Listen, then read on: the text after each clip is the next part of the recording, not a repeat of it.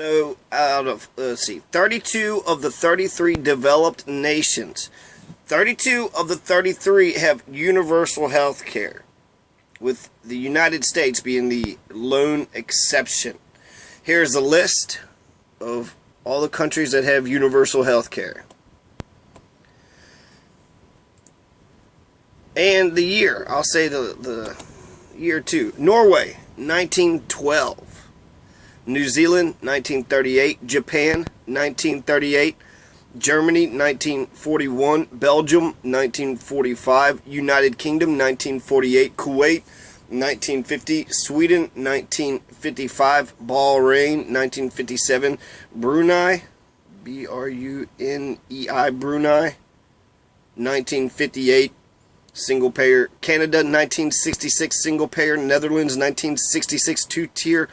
Austria, 1967, insurance mandate. United Arab Emirates, 1971, single payer. Finland, 1972, single payer. Slovenia, 1972, single payer. Denmark, 1973, two-tier. Luxembourg, 1973, insurance mandate. France, 1974, two-tier. Australia, 1975, two-tier. Ireland, 1977, two-tier. Italy, 1978, single payer. Portugal, 1979, single payer. Cyprus, 1980, single payer. Greece, 1983, insurance mandate. Spain, 1986, single payer. South Korea, 1988, insurance mandate. Iceland, 1990, single payer. Hong Kong, 1993, two-tier. Singapore, 1993, two-tier. Switzerland, 1994, insurance mandate.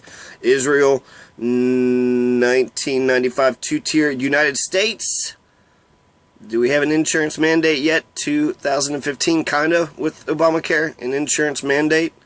So, that's the beginning of it. I do feel like it's going to get upgraded, hopefully, to a single-payer system. But look at all these countries. We just now got health care, and health is life. Norway, New Zealand, Japan, Germany, Belgium, United Kingdom, Kuwait, Sweden, Bahrain, Brunei, Canada, Netherlands, Austria, United Arab Emirates, Finland, Slovenia, Denmark, Luxembourg, France, Australia, Ireland, Italy, Portugal, Cyprus, Greece, Spain, South Korea, Iceland, Hong Kong, Singapore, Switzerland, and Israel. And we help out with foreign aid. So we help out with Israel's universal health care and, you know, how many countries do we give foreign aid out to? So lots of people's budget we help. So, yeah, 32 out of 33 have universal health care, and the richest nation in the world just now got an insurance mandate. A single-payer system would be better. A two-tiered system would be better. And so we could just go to Norway in 1912 and see how they did it with their single payer. Norway had single payer healthcare for over 104 years.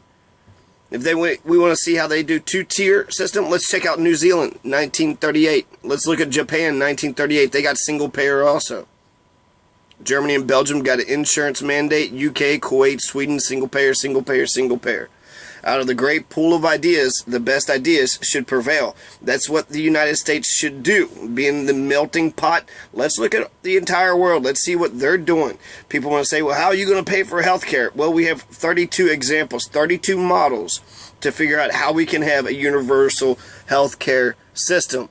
In Brazil's universities charge registration fees, but no regular tuition, and a lot of courses are offered in English.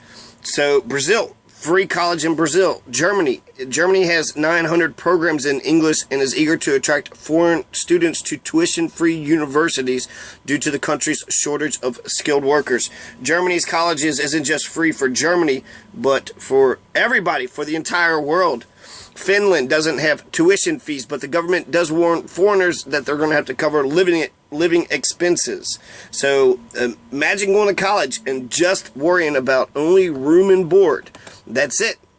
Tuition is, that's more. Usually tuition is just as much or more expensive than room and board, than living. I mean, I'm 100,000 in debt. Spalding University, 60,000, 40,000 for U of L and Xavier. So, how can other countries who are not as wealthy, we're supposed to be the wealthiest nation in the world, and we just listed all those countries that have universal health care.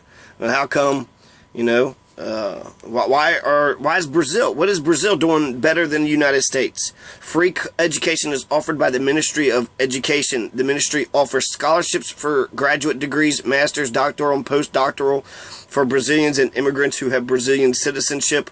The best universities and research centers are public institutions financed by either the local state universities or the federal government. Federal universities, graduate students can get paid if they qualify for the incentive, but competition is extremely fierce. There has been a proliferation in the last 10 years of private universities which are interested in providing professional training to their undergraduates. These private colleges are not interested in nurturing research centers. It says not part of their business model to get involved with research.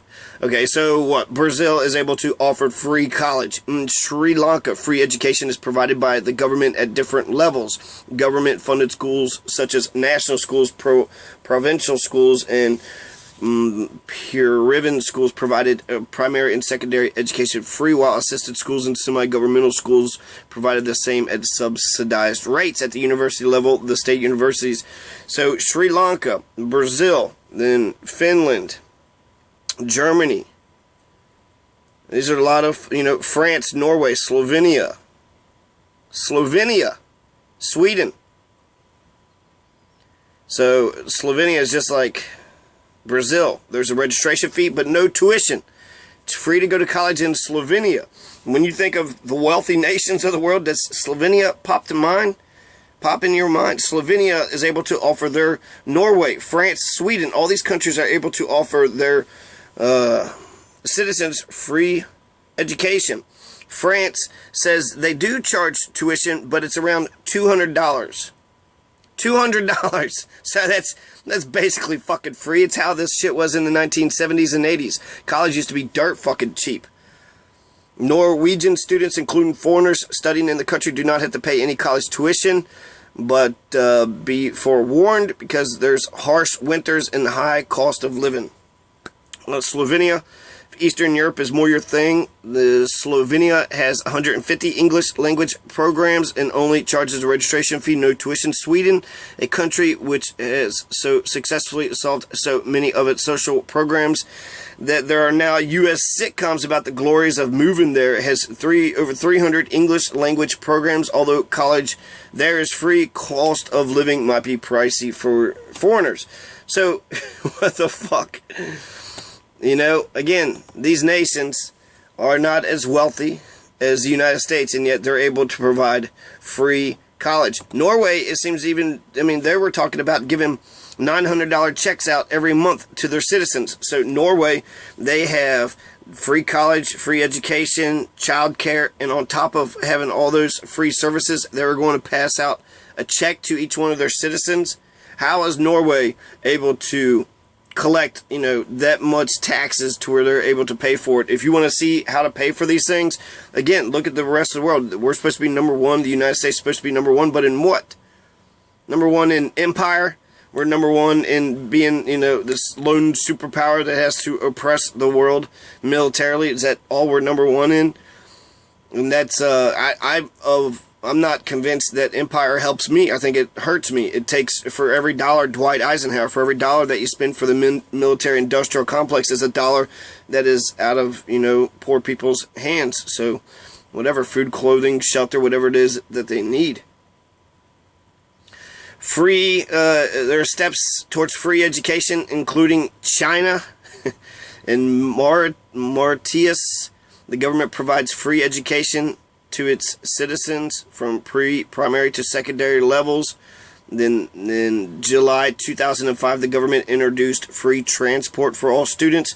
European countries such as France and Malta, tuition is usually free for European students, and in Germany, tuition is free for all Europeans and international students. In Scotland, university tuition is free for all Scottish nationals and is discounted for all European students except from students coming from other parts of the United Kingdom. Trinidad and Tobago offers free tertiary education to its citizens up to the undergraduate level at accredited public and select private institutions. Postgraduate degrees are paid up to 50% by the government at accredited institutions. This benefit is given to the citizens under a program called Government Assisted Tuition Expenses Program, GATE, and is managed by the Funding and Grants Administration Division of the Ministry of Tertiary Education and Skills Training. In Canada, elementary and secondary education is free. Students from low-income families less than $50,000 per year in the province of Ontario will be provided with grants large enough to cover college tuition. So even Canada, again, right, with the Canadians outpacing us, these nations are able to provide free college, free healthcare. Now, why am I reading any of these lists to you? Here's the last list of the nations who have banned corporal punishment. Sweden banned corporal punishment in 1979. So, since 1979, for 21 plus 16, 37 years, Sweden has banned smacking or slapping, pinching, hair pulling, whipping, paddling, any kind of corporal punishment by any means, both in the home and in school. It is illegal and severely frowned upon. And so it wasn't always the case. 9 out of 10 preschool children in Sweden were spanked at home up until the 1960s. So they were the first. 1979, 2/3 of parents were already in favor of a legal injunction to stop corporal punishment. So on March 15th, 1979, the members of the Swedish parliament were the first in the world to vote for the prohibition. The law was implemented on July 1st, 1979. The measure cemented popular attitudes. In the 1980s, only 1/3 of the children were spanked. In the 1990s, that number had shrunk to about 1/5. And then recently I heard 5%. So it's gone down to 5%. Sweden's neighbors, Finland and Norway, enacted similar laws in 1983 and 1987. Austria followed in 1989. Then the pace picked up, and as of 2014, a total of 43 countries have taken the step.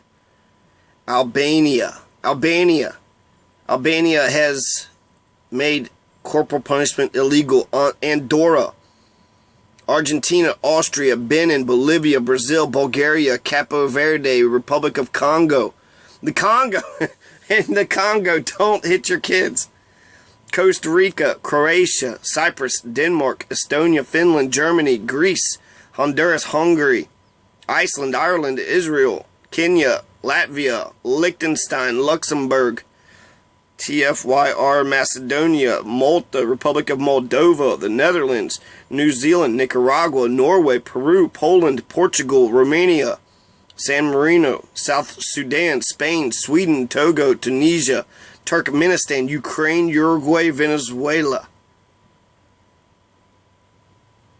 I don't understand why we're the last on these fucking lists. What are we number one in? We're not number one when it comes to math, science, engineering, with the STEM research. We're losing when it comes to the educational, indicators. Compare and contrast. Corporal punishment is banned in 43 countries. Is that what I said? 43 countries. So 43 countries have banned corporal punishment. 32 offer free health care. I was able to find at least, about a dozen or so that offer free college. Germany being the most extreme example, where it's not just free for them and all Europeans, but for us too, for Americans. We can go to college. We can go to Germany and Sweden and Finland and get a free college education, no tuition whatsoever. We got to pay our living expenses, but no tuition.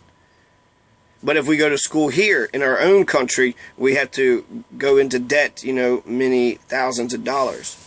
And I just don't understand. These are big things. One of the big reasons they said why was Sweden one of the first countries to, be so radical. And they said the reason why was there's two reasons. They had strong economic development, and then the institution of paid parental leave decreased the parents' stress level. So there's, parental paid leave, which is the other one. So education, healthcare, and paid parental leave. Why do these nations all have this and we don't? Paid parental leave gives a chance for the mother to be able to bond with the child and the father. The father needs to bond with the baby too, if not just for the baby's sake, but for the father's sake. It's an important bond that needs to be nurtured. So paid parental leave has decreased parents' stress level. Technological inventions produced safer homes, lessening the need for harsh discipline. Also, since more children attended preschool, it became increasingly difficult for abusive parents to hide their children's bruises. Most importantly, the continuous growth of a democratic egalitarian ideal meant that more and more Swedes felt that all people, children too, should enjoy protection, equal protection from violence. And that's the fucking long and short of it. That absolutely, I mean, Albania. What's Albania? Moldova. Look at this. Malta, Macedonia, Liechtenstein, Luxembourg, Brazil, Bulgaria. Yeah. When I think of countries that don't hit their kids, Bulgaria is not the one that pops in my mind. Albania, Bulgaria, Andorra, Cyprus, Croatia, Estonia. The Attorney General of Kentucky, one of his main issues was child abuse. That's how he got elected. And what's fucked up is, like, when I tried to talk about, stopping child abuse, all I got was, it's okay to hit your kids. Who gives a shit? I was hit, so therefore I turned out okay. And it's like, well, no, you're not as okay as you think you are. And fuck you, fuck that shit. You're in favor of violence against children. That violence is one of the worst things one person could do to another person. Rape, murder, violence, stealing. Those are the 4, slavery. I mean, those are the 5, those are like the worst things that one person could do to another. And if you think that violence against your own children is a good idea, do you think murder and rape and stealing, do you think those are okay? Are those acceptable? Can you use those as disciplinary reasons? It seems like to me it's the exact opposite. Instead of trying to oppress and beat them up, you want to strengthen them and make them confident in who they are. And you want them to be strong. You want them to grow strong and confident. So why would that's your own. It's like people are hurting their own. It's like, I didn't make nothing out of my life. I have to work a shitty job, so I'm going to come home and just pretend I'm a big fucking dog when I come to my little shanty shack. And that's the fucking reason. That's the reason, just so you can feel like a big man, so you can feel like a big woman. Oh, you big. Look at you. Beating up on your own fucking kid. Oh, man, you fucking brave. Probably the kid that brings you fucking food stamps and welfare and shit. So that's I want my kids to succeed and do well. Nobody's going to if anything, that's what I'm worried about, whether you're going to fucking bully them or beat them up or do something, or your stupid abused kid wants to fucking lash out at mine. We all pay for that. You don't own your kids. You own a pet until they die. Children are not pets. Children are people, and you want them to fly out of the nest. Well, how are they going to fly out the nest if all you ever did was tell them to shut up, sit down, and use violence against them? You want them to be strong, capable, to be able to lead their own lives. I mean, these are things that just seem obvious. And you don't want them to be hit or raped or hurt or violated or, stolen in nothing. You don't want bad things to happen to them. So if you're the one that's sitting there excusing, I've heard people say, it's okay if my neighbors fucking beat my kids. Oh, it's okay if your neighbors beat the kids? What the fuck are you trying to say? You let the whole neighborhood hit your children. So basically, the children should understand their position in the world as one of oppression and obedience, and shut the fuck up and do as just slavery. Everybody is against them because their parents are against them. So they go to the neighbors, and the neighbors are all about fucking hitting them and shit. Who are they going to go to? Their parents that are hitting them? No, they don't care either. So these children grow up, if they are aware, if they understand what is going on, which the most will not, but if they are aware, they would say, this is bullshit. Everybody's fucking against me. They want violence on my head. But if I was to say, I'm going to defend myself and put violence right on your head, whoa, now it's a fucking problem. It's okay to put violence on a kid, but if that kid wants to put violence right back on you and say, no, I'm going to defend myself, which is what Malcolm X says, if a man ever lays their hand on you, you send him to the cemetery. Well, I guess you couldn't teach your children that, or a woman. I guess if anybody lays their hand on you, you beat the shit. You don't tolerate that shit. You don't put up with that shit. But I guess you failed to fucking mention that because you want to hit your kid. No, I didn't want that. So they grow up being bullied by anybody and everybody just because you're a fucking oppressive, bullying, child abusing piece of shit. I think it's easy to see if you have any degree of empathy whatsoever. You want your kids to be happy and to be strong and to grow up and to do well, then you don't bully them and make them into like little submissive bitches, like bitch-ass slaves that'll just do whatever anybody tells them. It's the bully that have the issues. Bullies figured out a way to get what they want out of people, right? Even though it's fucking bully tactics. Assertive tactics are pretty good. But the bullied, they don't ever learn it. They hide and hope that nobody ever fucks with them. And that's not a good, we should be allowed to defend ourselves. In school, both people get fucking punished, even if one person was totally innocent and the other one was, the aggressor. And that's bullshit. So we're teaching them to not defend themselves, not to stand up for themselves.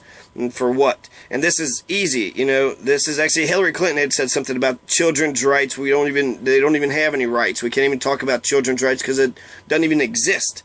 Not even, in the United States of America.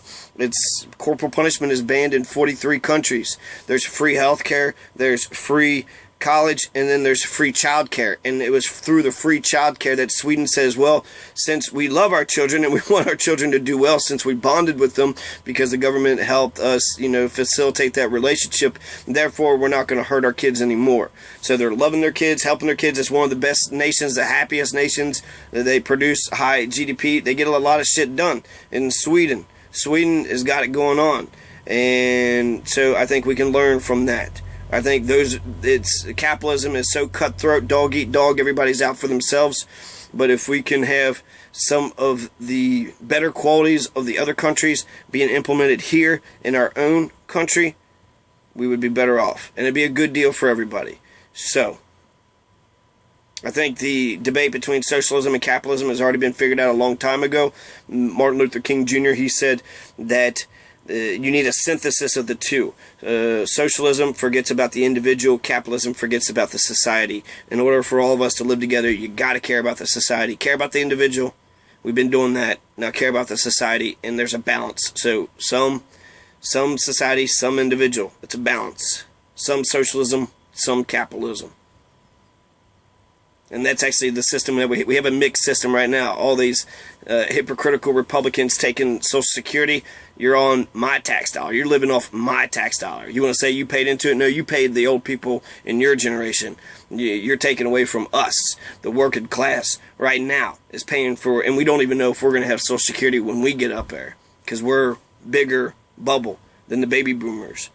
The millennials is the baby boomers of the baby boomers. We're a bigger bubble. So we might not even get Social Security. So